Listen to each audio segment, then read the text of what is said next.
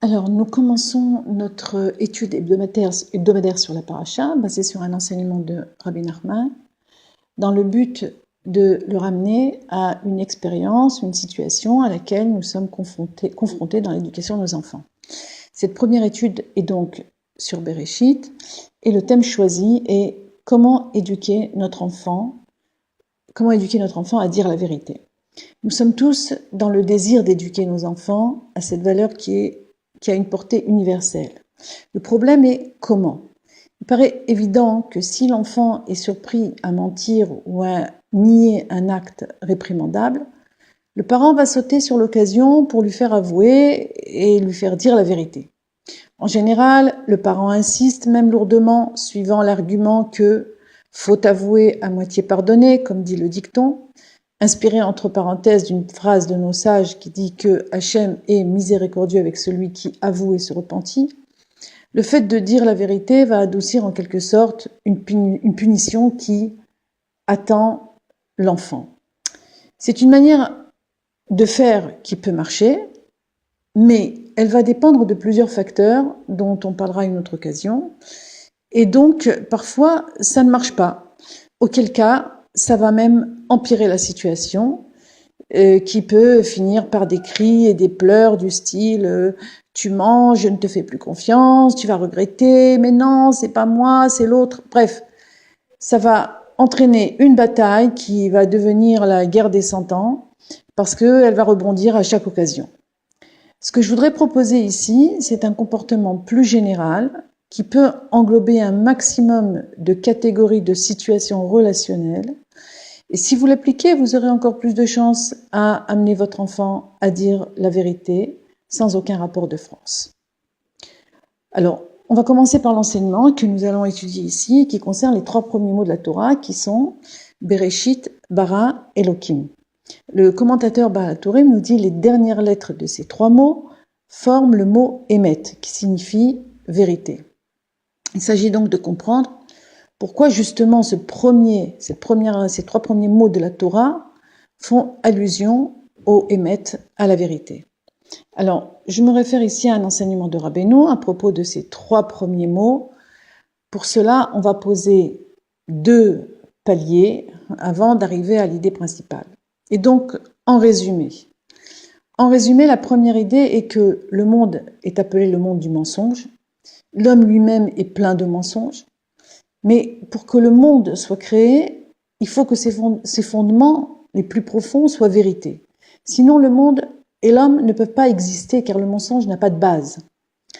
Et le Midrash nous enseigne qu'au moment de la création, la mida de Emet, cette valeur de vérité absolue, autant qu'il peut être, s'est opposée justement parce que l'homme est plein de mensonges. Et qu'Hachem a dû la prendre et la jeter à terre pour la faire taire en quelque sorte, parce que cette même vérité qui vient des mondes supérieurs est encore relative par rapport à la vraie vérité, c'est-à-dire la volonté profonde d'Hachem, qui est que le monde soit créé, malgré la possibilité du mensonge. Dans l'intention qu'au final, quand même, que la vérité pousse de la terre, comme dit le verset des psaumes, que la vérité finira par pousser de la terre. Du fait que la vérité a été jetée à terre, elle est en fait elle-même devenue le fondement essentiel qui a permis la création. Et ainsi, elle apparaît dans les dernières lettres de Bereshit, Bara et Elohim, comme on a dit plus haut. De là, nous explique Rabbeinu la source des disputes entre les hommes. Quelle est la source des disputes entre les hommes? C'est que chacun pense détenir la vérité. Il ne peut supporter que son prochain, qui d'après lui est dans le mensonge. Et donc, cela va créer un éloignement entre les hommes. Encore plus grave, c'est que l'homme va se disputer avec lui-même, en s'accusant de toutes sortes de mauvaises conduites, qui va finalement l'éloigner d'Hachem. Donc, l'idée principale est que si la vérité, même si c'est vrai, même si cette vérité est là, elle éloigne l'homme de Dieu, ou elle éloigne les hommes entre eux, alors elle n'est plus vérité, en tout cas pas la vérité qu'Hachem désire. Car Hachem veut que ne veut que le rapprochement et non pas l'éloignement. Si la vérité éloigne, alors elle n'est déjà plus bonne, elle n'est déjà plus la vérité qu'Hachem veut. Ce n'est déjà plus la vraie vérité. Mais cette vérité, cette volonté est tellement profonde d'Hachem qui veut que absolument le rapprochement, qui veut que le monde tienne, on a du mal à la comprendre et on a du mal à l'atteindre. Parce que dans son essence, de façon paradoxale, cette vraie vérité, elle va annuler les autres vérités. Et le monde ne peut pas tenir sans vérité. Donc la question c'est comment être dans la vérité qui rapproche sans tomber dans le mensonge. Parce que finalement, si toutes les vérités ne peuvent pas tenir, parce que les hommes ne peuvent pas tenir entre eux, parce que chacun pense détenir la vérité d'après sa vision, alors en réalité cette vérité elle est encore mensongère par rapport à la vérité que Hachem veut que le monde et que les hommes se rapprochent d'Hachem et entre eux. Ça, c'est la première idée. La deuxième idée est que à Simchat Torah, on a enchaîné directement les derniers versets de la Torah avec les premiers versets. Ainsi, on a lié le dernier enseignement avec le premier enseignement. Le dernier enseignement nous dit, le verset de la Torah, les miracles que Moshe a fait aux yeux des béné Israël, et Rashi explique, quand il a brisé les tables de la loi à leurs yeux. Alors, un rappel historique, lorsque Moshe Rabbeinu descend du mont Sinaï, il surprend les béné Israël à fauter avec le veau d'or, et aussitôt, il décide de briser les tables. Et nos sages enseignent que Hachem lui a dit « Et tu as bien fait de les avoir brisés ». Quel a été le raisonnement, en fait, de Moshe Rabbeinu? C'est que les premières tables sont le Emet, c'est la vérité parfaite qui ne laisse place à aucune erreur, et la présence de cette vérité face à la faute du veau d'or, va amplifier la grandeur de la faute du peuple qui sera condamné quelque part face à cette vérité à disparaître. C'est-à-dire que face à la vérité parfaite, personne ne peut tenir. C'est ou l'un ou l'autre. Et Moshe Rabbeinu comprend l'instant critique de la situation. Il jette les tables à terre de la même manière que Hachem a jeté la vérité à terre pour pouvoir créer le monde. C'est-à-dire que Moshe Rabbeinu a compris l'intention profonde d'Hachem qui désire que le peuple vive et fasse tchouva.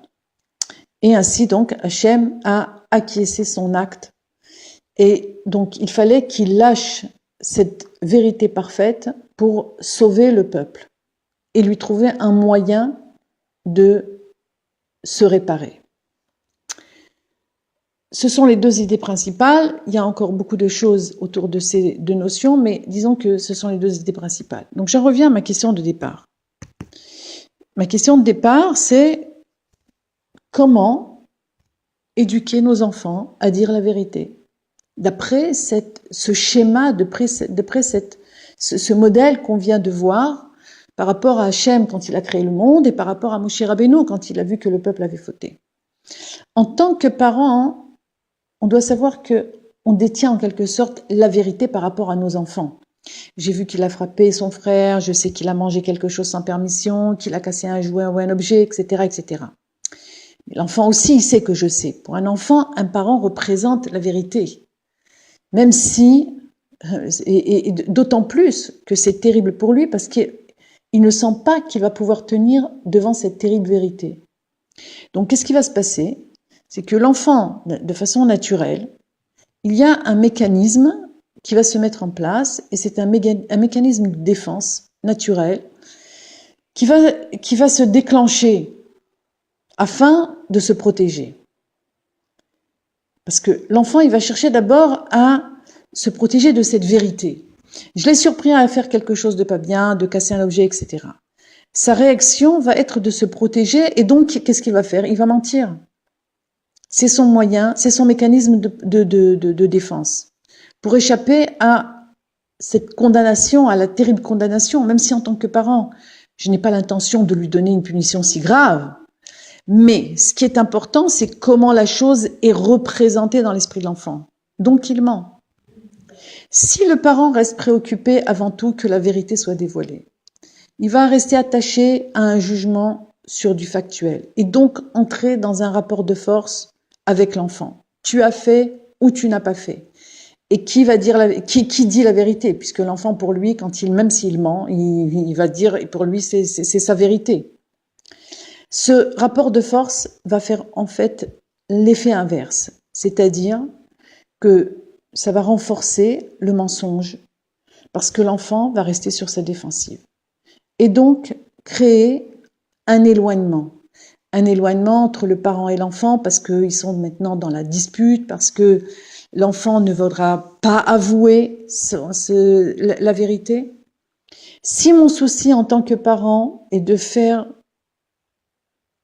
et de continuer à exiger la vérité, je risque de me retrouver devant une guerre qui va avoir du mal à se terminer.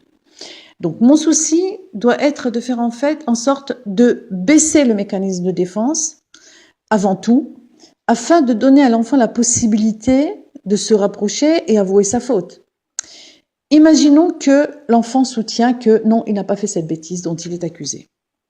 Mais d'un autre côté, je ne peux pas accepter. Mon but n'est pas d'accepter le mensonge, mais de l'amener à dire la vérité. Pour cela, je dois faire un acte qui est un acte de lâcher prise. De la même manière qu'on a vu que Hachem a pris la vérité, il l'a jetée à terre. Que Moshe Rabbeinu a jeté la vérité à terre. Maintenant, la vérité n'existe pas. Je ne connais pas cette vérité. Je vais la lâcher, je vais lâcher prise sur cette vérité. Je suis prête à briser ma vérité et la jeter à terre. Alors, comment est-ce que je vais réagir? Je vais réagir en posant une question. C'est-à-dire que déjà, je sors de l'accusation. Je ne vais pas l'accuser. Je fais comme si je ne savais pas. Et en posant ma question, en fait, la question elle-même va interpeller l'enfant et voire même le déstabiliser, parce que tout d'un coup, la terrible vérité dont il était accusé n'est plus en train de l'accuser. Même s'il continue à mentir au départ, le fait qu'il ne se sente plus en danger va déjà adoucir la situation. Maintenant, c'est aux parents de trouver les bonnes questions. Ah, tu as oublié que j'avais dit que la glace était pour après le repas? Tu ne savais pas que? Tu n'as pas vu que? Je dois, moi, trouver une porte de sortie afin qu'il puisse comprendre lui-même que cet acte n'est pas acceptable. Par la même occasion, on va aider l'enfant à retrouver la vraie intention qu'il y a derrière l'acte. Parce que parfois, et des fois on peut être même surpris de trouver des intentions positives, même si l'acte semblerait a priori inadmissible ou inacceptable. Mais c'est l'acte, c'est l'action qui n'est pas acceptable. Et parfois il peut avoir même une idée ou une intention positive. En posant la question, en fait, je permets à l'enfant de sortir de la position dans laquelle il pourrait rester coincé, de la même manière que le parent pourrait rester coincé sur son volonté de rester, de faire sortir la vérité. Alors, on résume. Devant un acte répréhensible d'un enfant, le parent doit s'éloigner de deux attitudes qui vont l'éloigner du vrai but. Premièrement, c'est de chercher à punir, et deuxièmement, c'est de vouloir que la vérité soit dévoilée à tout prix. Ces deux attitudes ne font que créer un éloignement entre le parent et l'enfant. Lorsque le parent est prêt à lâcher prise sur ce qu'il détient comme vérité, il va s'éloigner de cette marloquette et de la dispute, des mécanismes de défense, et il va aider l'enfant à se racheter et l'encourager à se rapprocher de la vérité. Voilà, je termine cette première leçon.